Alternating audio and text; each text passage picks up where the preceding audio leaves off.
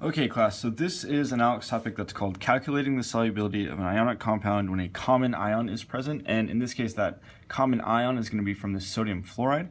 So we'll talk more about that in just a second, but in this video I'm going to go through two example problems, this one more in depth, and then the second one I'll go through really quickly and just show you a little wrinkle that you're going to run into for this topic. So in this first one it says calculate the solubility of calcium fluoride, so that's what I'm sort of looking for, and in pure water and in this common ion solution. So this 0.006 molar sodium fluoride, that is a source of F minus ions. I notice that I've got F minus over here, I've got F minus over here. So that's going to be my common ion that I'm going to have to deal with.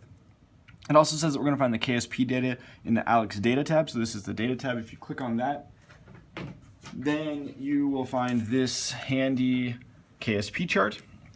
And the first thing that I'm going to want to do is solve this for pure water first, but write out the actual KSP equation. So anytime we're given a KSP, anytime we're thinking about that, we really do need to start with what is the chemical equation that we're going to be sort of dealing with. So for the pure water case, I'm going to write out calcium fluoride solid is going to dissociate into calcium 2+ ions plus 2 F minus ions. So I'm going to really want to start with this balanced chemical equation. These are both going to be aqueous. I left the phase labels off there, but we should know that. And then I'm going to have my KSP that I can read off of my chart, 3.9 times 10 to the minus 11th. Anytime we're doing a KSP problem, you have to start with this, right? It's going to make it so much easier if you have that chemical reactant sort of ground you in what you're doing. Now we're going to do an ice table. My initial change and at equilibrium, I'm going to leave off calcium fluoride because it is a pure solid, so we can ignore it in our ice table. Plus x, so at equilibrium, plus 2x, I always do that. You guys probably make that mistake too, right? When it's plus x, but we have to keep that coefficient in mind, so plus 2x here and then 2x at equilibrium.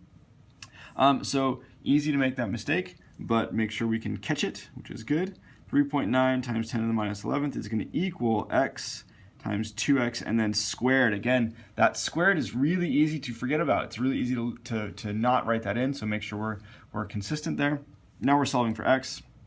All of this is going to simplify to 4x cubed, and then I can go ahead and solve that for x, and I get a value, solved this earlier, of 2.14 times 10 to the minus 4th molar.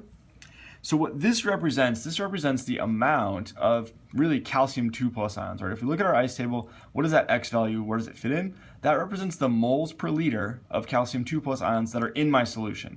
And that is going to be the molarity of calcium 2+, but that's going to equal the molarity of calcium fluoride, right?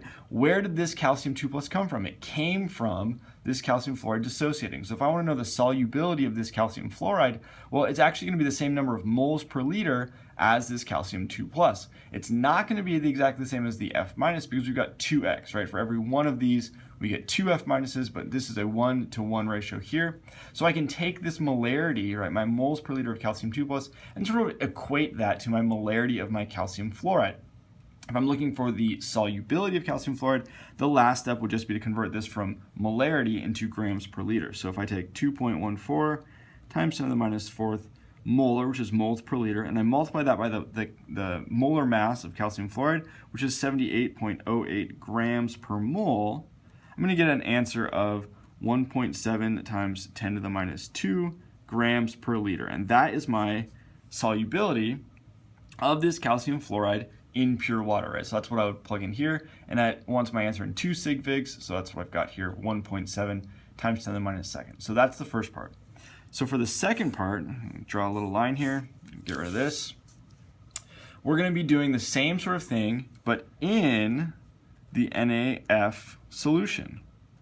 So the only difference here, I'm going to start with my balanced chemical equation here again, CaF2 solid, Ca2+, we'll put the phase labels in this time, aqueous plus 2F minus, so it's good to not be lazy. And the KSP will be the same, so KSP equals 3.9 times 10 to the minus 11th.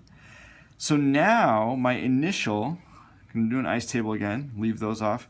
For calcium 2+ will be 0, but my initial for F minus is actually going to be this 0.0060.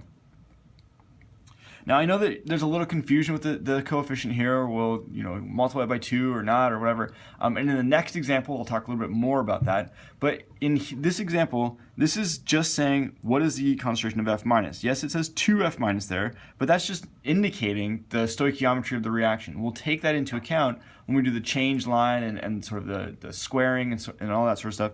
But for my initial concentration, 0.006 molar sodium F, that is telling me that I'm going to have 0.006 molar F minus. What's my initial concentration of F minus? We just put in 0.006. Change line will be the same, plus X plus 2X.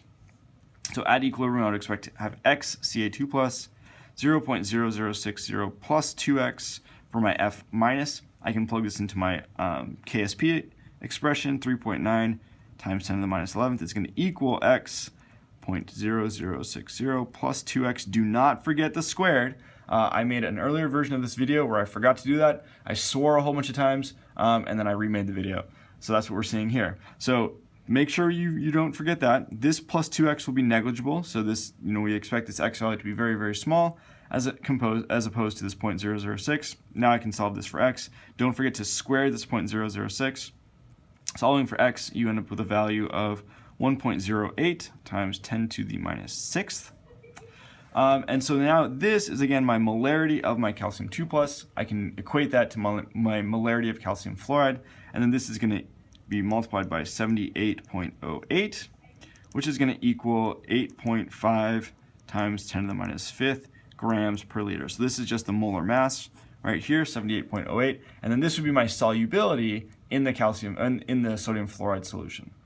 All right, so the other way that we're going to run into this, and sort of just a little quick note about this problem over here. So here we've got the same sort of setup. I've already done the pure water one for copper bromide. I looked up the KSP for my chart. This is all pretty straightforward. 99 grams per mole, that's the molar mass of the copper bromide. So this is my solubility of copper bromide in pure water. Now over here, this is where it gets a little bit trickier. So now we've got a 1-to-1 ratio. I see that, no problem here. But in my common ion solution, I've got copper Br2. So this, if I think about, cobalt Br2. If I think about what's going to happen here, this cobalt is going to break into 1 cobalt 2 plus 2 Br minus. So since my initial concentration is 0.003 of the cobalt Br2, my initial concentration of Br minus is actually double that, 0.0060. So again, every time one of these dissociates, I'm going to get 2 equivalents of Br minus, right? Because it's a 1-to-2 ratio. So since it's a 1-to-2 ratio, then this concentration here will be doubled to give me my initial concentration of Br minus. So if I wanted to finish solving this, 0 here, plus x, just plus x in this case, x, 0.006 plus x. I can equate that to my KSP, 5.3 times 10 to the minus 9th is going to equal x, 0.006 plus x. This x, again, is going to be negligible because my KSP is so small. I can then solve for x. That's pretty easy. X is going to equal 8.74 times 10 to the, I got the wrong number here, 8.83 times 10 to the minus 7th. Multiply that by 99 grams per mole. Oh, you guys can't even see. So this is my x value, so if you calculate this properly, you should get this 8.83 times 10 to the minus 7th times 99 grams per mole. Should give me a value of 8.7 times 10 to the minus 5th. I was jumping ahead earlier, giving us our answer, grams per liter. And that should be my solubility of the copper bromide in that cobalt Br2 solution. So the only difference in this one, right, is just that initial concentration. Everything else is the same, just that initial concentration. How do we deal with that?